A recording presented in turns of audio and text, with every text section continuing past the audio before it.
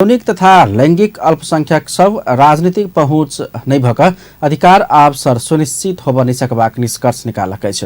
जनकपुर धाम में यौनिक तथा लैंगिक अल्पसंख्यक सब संचारकर्मी सब सहितक उपस्थिति में आयोजना करने कार्यशाला गोष्ठी में यौनिक तथा लैंगिक अल्पसंख्यक सबक अगुवा सब देश में आमूल परिवर्तन भेलो पर अपना सबके वार्ड सदस्य के लायक समेत एखन धरि राजनीतिक दल सब नहीं बुझ रहल कहित विरोध जनाउन लकै छ।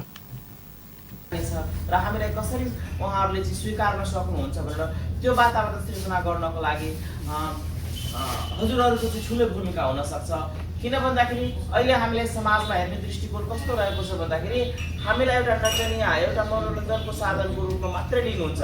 हामी फेरि साँझ परिसकेपछि सबैले चाहिएको तर सूर्य उदय भइसकेपछि हामीलाई कसैले चिन्दैन पनि र हामी को हाम्रो पहिचान के छ भनेर कसैले स्वीकार्न सक्ने वातावरण पनि नरहेको चाहिँ मैले फिल गरेको छु। म भन्दा ओ सब साँझ पर लगते अपना सबके खोजी करैत जयबाक मुदा सूर्योदय भेला बाद चिन्ह समेत छोड़बाक विडम्बना रहल बतबैत न्याय के लेल संग आ सहयोग कर साथ देव संचार जगत के आग्रह करें छलन।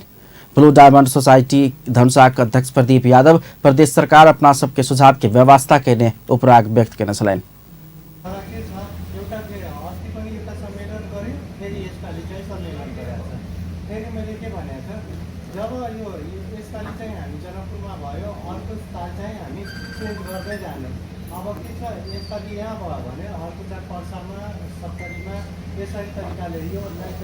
संचार जगत के कारण अपना सबके नेपाल में से हो कानूनी उपस्थिति भेटल कहे तो सब अब राजनीति कर चाहने आई में संचारकर्मी द्वारा साथ दिल जबाक चाहिए धारणा रखने छन्।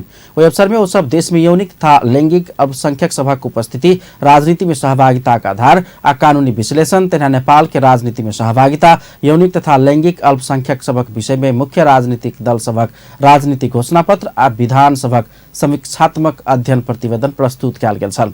कार्यक्रम में यौनिक तथा लैंगिक अल्पसंख्यक सबक अगुवा नगमा सहित संचारकर्मी सबके उपस्थिति छलैन।